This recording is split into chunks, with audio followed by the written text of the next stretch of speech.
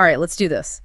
Anyone who knows me knows I'm a sucker for a good skyline. Yeah. And New York City! Oh, yeah? Come on, they don't get much more impressive. Talk about iconic. Exactly. So today, we're going deep, really deep into the architecture of New York. Music to my ears. We're going way beyond just those super famous skyscrapers, although we'll definitely get to those. You found us a really cool Wikipedia article, super informative, about all the different styles and eras of building in the city. Yeah, it's a great starting point. I mean, New York's architecture, it's kind of like a history of the city itself, all these layers. Exactly. Okay, so where do we even begin with a place like New York? Well, you kind of got to start with, the elephant in the room, right? Mm-hmm. Or should I say, the skyscraper in the skyline. Good one. It's true, though, you can't talk about New York's buildings without those giants taking center stage. Oh. What is it about skyscrapers that just capture our imagination like that? I think it's that sense of ambition, Yeah. Reaching for the sky, pushing the limits. And for a long time, New York really did hold the crown. Oh, absolutely. Held the title of world's tallest for, get this, 75 years. 75 years! That's incredible. Imagine, for almost a century, New York City was the ultimate architectural champ. Talking about bragging rights, right? Totally. Yeah. But, it's more than just the height. It's that variety, all the different styles of skyscrapers that make the NYC skyline so unique. 100%. Every era, it seems, has left its mark on the skyline. You've got those ornate Art Deco towers like the Chrysler Building with that spire that just gleams. Then zoom forward in time, and you've got these sleek glass and steel giants. Each one tells you a little bit about where the city was at that moment in time. It's like a visual history lesson right there on the skyline. And speaking of history, I'm really curious to dig into the 1916 zoning resolution. Oh yeah, that was a game changer. It might not sound that exciting at first. Zoning laws, whoopee, right? Exactly. But this law, it literally transformed how they built skyscrapers. It's wild to think how different the skyline could have looked without it, Can you imagine? Before that resolution, they were just building straight up, no limits.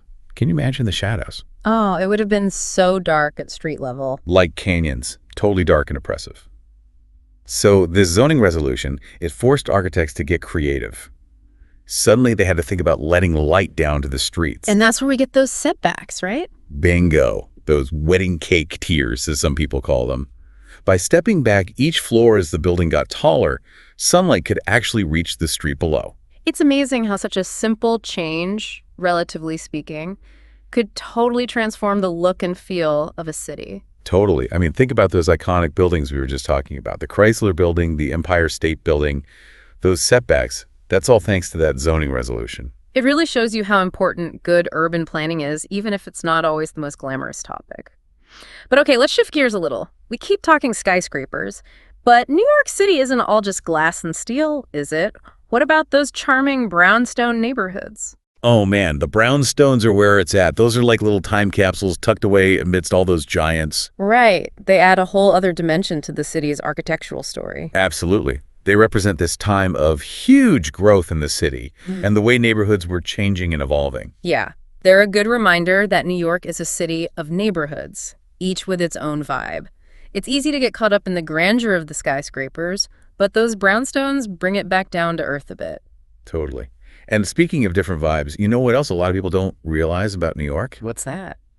It has mansions. Wait, really? Yeah, especially out in the outer boroughs, Staten Island, parts of Brooklyn, and Queens. It's a whole different pace of life out there. That's so interesting. It just goes to show there's always more to discover about this city, even for those who think they know it inside and out. Okay, last thing before we move on. I'm curious about the materials. We've talked about glass and steel, but what else catches your eye in terms of unusual or unexpected building materials in New York? That's what's so cool about New York architecture. It's not married to just one look. You walk around and you'll see a mix of everything. Brick, obviously, tons of stone. Then you've got the modern glass and steel and even terracotta here and there. It all adds to this visual richness. Right. It's not just one monotonous thing. And of course, we can't forget those water towers. Perched on top of buildings, they're like this quirky little architectural quirk that just screams, New York! They're so iconic, and people don't even realize it sometimes. They're like, wait, those are everywhere. But they tell a story, about how the city developed, the need for water pressure. It's those little details, the things most people might overlook, that really tell the story of a place. Speaking of stories, let's talk about some architectural losses. Buildings that are sadly gone but still spark debate today. Expert speaker, what comes to mind for you? Oh man, the big one. The one that still stings for a lot of people is the original Penn Station, demolished back in the 60s. Oh yeah, I've seen pictures. They say it was magnificent. A true masterpiece. Gone. Designed in the Beaux-Arts style. Grand arches, soaring spaces, natural light. They tore it down to make way for, of all things, a sports arena. It's heartbreaking when you think about it, what was lost. But on the flip side, that loss sparked a huge movement for architectural preservation, right? Oh, for sure. People started to realize, hey, we need to be more careful about what we tear down. Buildings aren't just structures. They hold history, they tell stories, they shape how we experience a city. And they make you wonder, decades from now, what will people wish we had saved today? You know, we get so focused on those individual structures, the skyscrapers, the brownstones, even those water towers. Right. But New York City, it's more than just a collection of buildings, right? 100%. It's how they all fit together. It's the spaces in between. Exactly. And I think for this deep dive, we got to talk about the bridges and tunnels. Oh, absolutely. Because they're not just infrastructure, they're like architectural wonders in their own right. They really are. And they're essential to what makes New York, well, New York. Connecting all those islands. Think about it. How else would you even get around? Those bridges and tunnels, they shape the entire flow of the city. Think about how people experience time and distance in a city. It's all about how quickly you can get from point A to point B, and those bridges and tunnels, they make it all possible. Okay, so let's talk about some specific examples. I mean, we got to talk about the Brooklyn Bridge, right? It's iconic for a reason, right? It's not just a way to get across the East River, it's a symbol of New York's ambition.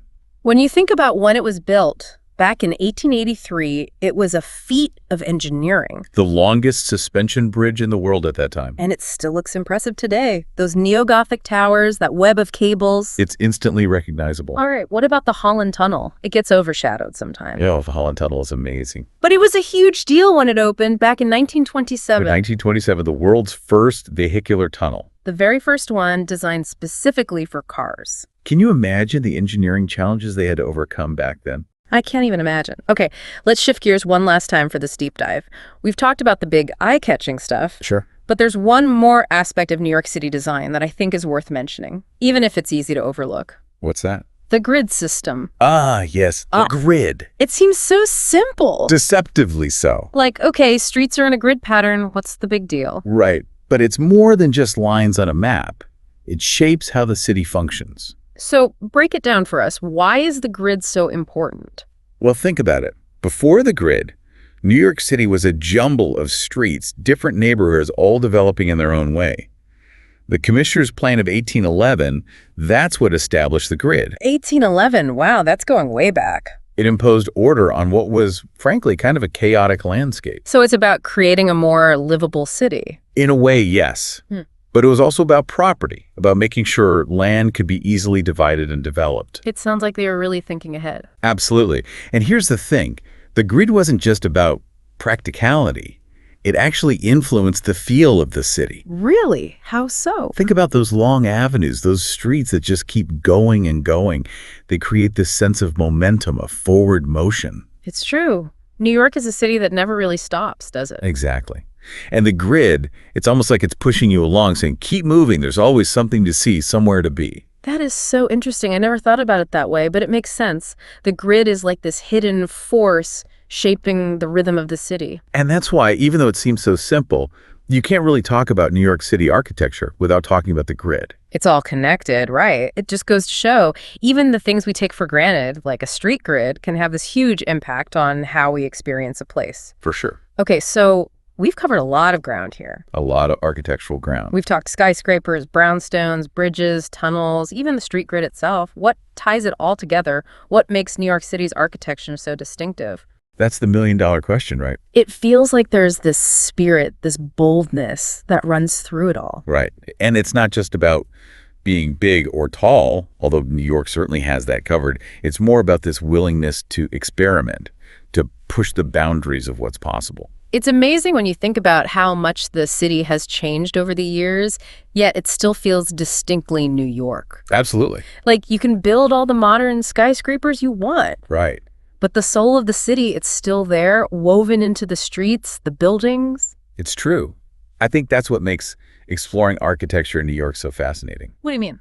Well, it's not just about admiring these structures. It's about understanding how they reflect the city itself. That's a good point. The ambition, the energy, that constant drive to reinvent itself. It's all there in the skyline, the streets, even the materials they used. You've given me so much to think about today. I mean, we went from those massive skyscrapers down to the nitty-gritty of a brownstone facade. Right. It's all connected. I know I'll never look at the New York City skyline the same way again. Mission accomplished. Seriously. But that's the thing about architecture, isn't it? What's that? It's all around us, shaping our experiences in ways we don't even realize. 100%. And for a city like New York, a place with such a rich architectural tapestry, Oh, yeah. well, there's always something new to discover, isn't there? Always. Every corner you turn, there's another story waiting to be told. I love that. Well said. And for our listeners, I hope this deep dive has inspired you to take a closer look at the buildings in your own cities. You know, those structures that make your city unique. Absolutely. Because every city has its own architectural story to tell. That's it for our deep dive into New York City architecture. Until next time, keep looking up and keep those curiosity gears turning.